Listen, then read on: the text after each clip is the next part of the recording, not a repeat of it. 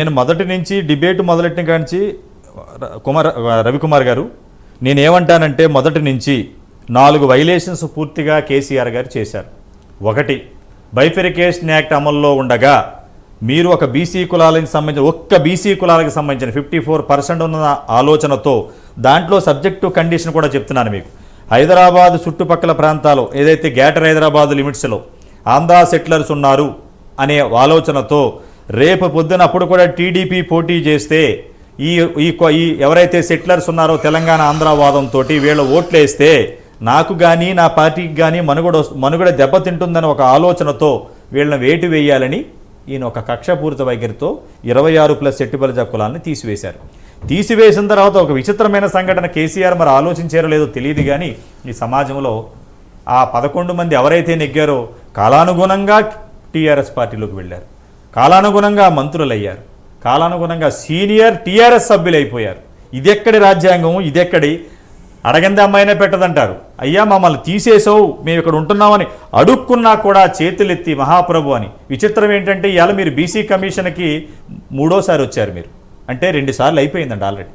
First వేశారు, దాన్ని బుట్టదాఖలు చేశారు, 2వ వేశారు. ఫస్ట్ టైంలో రాములు గారు ఉన్నారు చైర్మన్గా, అప్పుడు బూటల దగ్గర చేశారు. 2వ వకీలాభరణ కృష్ణమోహన్ గారు ఉన్నారు, అప్పుడు కూడా ఇంకెంత ఉంది 4 రోజుల్లో కలిపేస్తున్నాం అన్నారు. పాపం వీళ్ళందరూ రోజు బీసీ ఆఫీస్ని అమ్మేసే ముందు మన అడ్డ మీద కూలీలు ఉంటారు చూసారా, ఎవరన్నా వస్తే పని చెప్తారేమనుకుని ఇవాళ వస్తుంది రేపు వస్తుంది చావు కౌరు చల్లగా చెప్పారు. ఏమని? రేపు నోటిఫికేషన్ వస్తుంది, election code is applicable not received after getting elections అయిపోయిన తర్వాత చెప్తారని చెప్పారు. అప్పుడు నిరాశపడ్డారు. మళ్ళీ పాపం దేవుళ్ళేగా అనుకోని పరిస్థితుల్లో రేవంత్ రెడ్డి గారు సీఎం అయ్యారు. ఏదేమైనా ఒక యంగ్ డైనమిక్ లీడర్గా నేను కేసీఆర్ చేసిన అన్యాయాన్ని మళ్ళీ మీకు అలా జరగకుండా చేసి కలుపుతానని నేను మాట ఇచ్చారు. ఆయన ఒక దేవుడిగా చూస్తున్నారు 26 కులాల రవికుమార్ గారు. ఏం చేస్తారా రేవంత్ రెడ్డి గారని ఏమంటారు? ఇప్పుడు కేసీఆర్ గారి తాలూకా మొట్టమొదటి ఆలోచన ఏంటంటే ఈ కులాలను తీయడానికి మీరు ఇందా చెప్పినట్టుగా గ్రేటర్ హైదరాబాద్లో ఈ కులాలన్నీ కూడా ఇక్కడ వచ్చున్నారు, అసలు వీళ్ళకి ఏదో పురాతనమైనటువంటి చరిత్ర లేదని అనుకొని భ్రమంలో ఉండి ఆయన కేవలం రాష్ట్రం విడిపోయిన నాటికి తెలుగుదేశం పార్టీ ఇక్కడ 18 సీట్లు గెలిచింది ఈ గ్రేటర్ హైదరాబాద్లో. ఈ 18 సీట్లు కూడా తర్వాత మీరు అనేటట్టుగా అనేక మంది టీఆర్ఎస్లో కలిసిపోయారు, అందరూ కలిసిపోయారు, అనేక మంది కదా అందరూ కలిసిపోయారు, అందులో కొద్దిమంది మంత్రులు కూడా అయ్యారు. అయితే టీఆర్ఎస్లో కలిసిన తర్వాత వాళ్ళైతే అందరూ కలిసిపోయారు కానీ మా కులాలు మాత్రం రోడ్డు మీద పడేశారు, వాళ్ళ గొంతులు కోసారు. మరి దానిని అక్కడ ఇంకొక గ్రేట్ ఇదేంటంటే ఈ రాష్ట్రంలో విడిపోయిన నాటికి 54% మంది బీసీలు ఉన్నారు. బీసీల్లో కొన్ని కులాలు తీసేస్తే బీసీలు పర్సంటేజ్ని తగ్గిస్తే నేను దొరతనాన్ని నేను కంటిన్యూ చేసుకుంటాననే ఒకే ఒక ఆలోచన విధానంతోనే ఆ రోజు చంద్రశేఖర్ గారు ఆయనే ఈ రాజ్యం నాది, ఈ దొరతనం నాది, ఈ దొరతనాన్ని నేను కంటిన్యూ చేస్తాను అనేటటువంటి ఒకే ఒక్క నికృష్టమైన ఆలోచన విధానం వలన ఈరోజు 26 కులాలను రోడ్డున పడ్డాయి. అంటే ఇప్పుడు నాకు డౌట్ వస్తుంది, మీరు చెప్పిన దాన్ని బట్టి 26 కులాలు ఇప్పుడు ఆఫ్ఘనిస్తాన్లో ఉన్నారా పాకిస్తాన్లో ఉన్నారట లెక్క? ఇప్పుడు as per constitution of India, as per constitution of India ఇప్పుడు మేము పీఓకే ఎలా ఉందో అక్కడ మేము కూడా ఇప్పుడు అలాగ ఉన్నాం. అచ్చా, తెలంగాణ భూభాగంలో మీరు 26+1 కులాలు ఇలా ఉన్నట్టు ఇలా ఉన్నాం మేము. కానీ ఒక విచిత్రమైన సంఘటన చూడండి, ట్యాక్సులు తీసుకుంటారు, అన్ని తీసుకుంటారు, తర్వాత రెంటలు వచ్చే ఏదైతే పన్నులు వస్తాయి మా ఓట్లు తీసుకుంటారు, మా నుంచి మేము కట్టే పన్నులు తీసుకుంటారు. కానీ మేము మాత్రం నిన్న జరిగినటువంటి తెలంగాణ కులగణంలో కూడా మేము లేము. ఆ రోజు కేసీఆర్ గారు చేసినటువంటి హౌస్ హోల్డ్ సర్వేలో కూడా లేము. మేము అటు పాకిస్తాన్ ఆక్రమిత కాశ్మీర్ ప్రాంతం లాగా ఈరోజు తెలంగాణలో మేము ప్రత్యేకమైన ఈ 26 కులాలు +1 ప్రత్యేకమైన పరిస్థితుల్లో ఉన్నాం మేము ఇక్కడ. చాలా మంది తప్పు మాట్లాడుతున్నారు సార్, మీరు ఓసీలు అంటున్నారు, మీ కులాన్ని మీరు ఓసీ అని క్లెయిమ్ చేస్తే మీ మీద కేసు పెడతారు ఆయన పక్కన ఐఏఎస్ ఆఫీసర్. కానీ ఓసీలు ఎలా అవుతారండి? మా ప్రశ్న మీరు అందరూ అనడం లేదండి.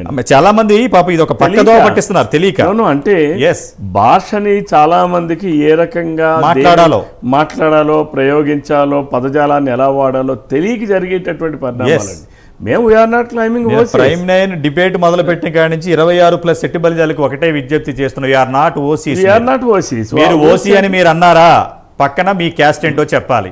మీ క్యాస్ట్ సపోజ్ ఈయన కళింగ కాకుండా ఈయన సపోజ్ రెడ్డి గారు అన్నారు అనుకోండి, ఈయన అరెస్ట్ చేసి లోపడేసేస్తారా పక్కన ఉన్నాయి. అంతే కదా. సపోజ్ వీళ్ళ అబ్బాయి కనుక సపోజ్ ఈయన ఓసీగా వెళ్ళి గవర్నమెంట్ జాబ్ వస్తే తండ్రి ఏమో కళింగ కొడుకు ఓసీ అయితే నువ్వు ఎవరికి పుట్టావు, నీ తండ్రి ఏంటని అడుగుతారు. ఈయన్ని లోపడేయచ్చు, కొడుకుని లోపలేయచ్చు. దట్ ఈజ్ అండర్టేకింగ్ లెటర్లో కూడా ఉంటుంది.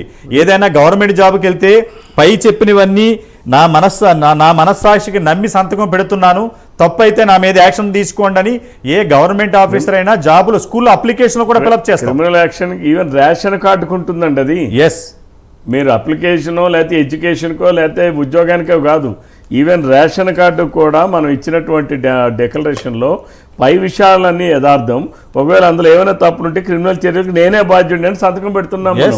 కరెక్ట్. కాబట్టి అవటాలు ఒక రేషన్ ప్రభుత్వం ఇచ్చే సబ్సిడీ ఇచ్చే బియ్యానికే మనం డిక్లరేషన్ ఇస్తున్నాం. We are not OCs. Who said we are అంటే కేసీఆర్ లేకపోతే కేసీఆర్ కొడుకో మేము ఓసీలు అంటే మేము ఓసీలు అయిపోతామా? ఈరోజు మా తండ్రి కేసీఆర్ ఎంత దౌర్భాగ్యమైన నిర్ణయం అంటే 2014 వరకు మేము బీసీ, నాకు పుట్టిన బిడ్డ ఓసీ అని అంటే 2014లో చదువుకుంటున్నటువంటి వాళ్ళకి ఫీజు రియంబర్స్మెంట్ పథకం వర్తిస్తే అదే బిడ్డకి 2015లో నువ్వు ఓసీ అయిపోయావు, నీకు ఫీజు రియంబర్స్మెంట్ పథకం వర్తించదనంటే ఇదే కేసీఆర్ ఎన్ని బ్రతుకుల్ని ఈ రోజు రోడ్డు మీదకి ఇచ్చాడు, ఎంతమంది భవిష్యత్తుని ఈ రోజు కేసీఆర్ కేటీఆర్ నీ కొడుకు ముఖ్యమంత్రి చేయాలనేటటువంటి ఆధ్యాత్మిక భావజాలంలో మాట్లాడాలంటే కలియుగంలో ఇది ఒక మహాపాపం. ఎందుకంటే ఒక రాజ్యాన్ని పరిపాలించే అధికారం రావటం ఏ మనిషికైనా ఈ మానవ సమాజంలో అది ఒక దైవ నిర్ణయం. మీ కింద పనిచేసే ప్రజలని ఆ రోజులు బాగున్నాయి, రాజు కాలమే బాగుంది, రాజు సమానంగా పరిపాలన చేసేవాడట. మొన్న ఒక ఉదాహరణ చెప్పారు ఒక ఆయన.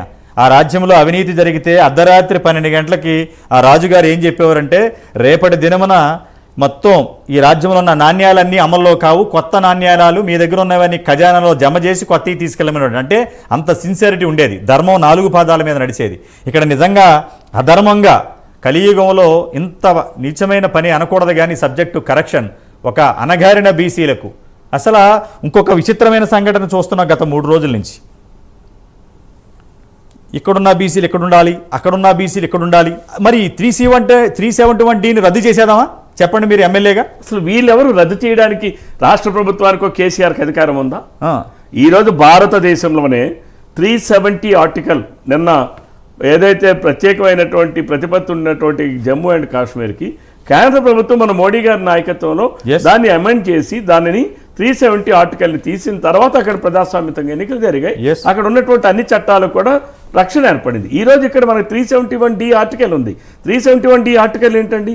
జోనల్ విధానం, స్థానిక విధానం, స్థానికత్వాలు అనేది 371Dలో చాలా స్పష్టంగా పేర్కొన్నారు.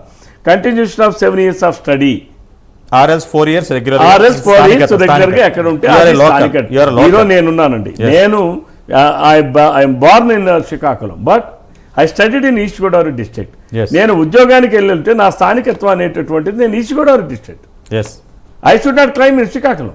ఎస్, ఇక్కడ ఈ ప్రాంతంలోనే వచ్చి ఈ ప్రాంతంలో మా బిడ్డలు చదువుకొని ఈ ప్రాంతంలోనే ఉంటే ఈ రోజు నువ్వు ఓసీవి, నువ్వు బీసీవి కాదని చెప్పి మా స్థానికత్వాన్ని దీని ఆ 371D ఆర్టికల్ అసలు మన ప్రెసిడెన్షియల్ ఆర్డర్ ఎఫెక్టివ్లో ఉంటుండగా ఈరోజు కేసీఆర్ గారి ప్రభుత్వం రాజ్యాంగ ఉల్లంఘన చేసి ఎలా రద్దు చేస్తుంది? ఎవరిచ్చారు అధికారం?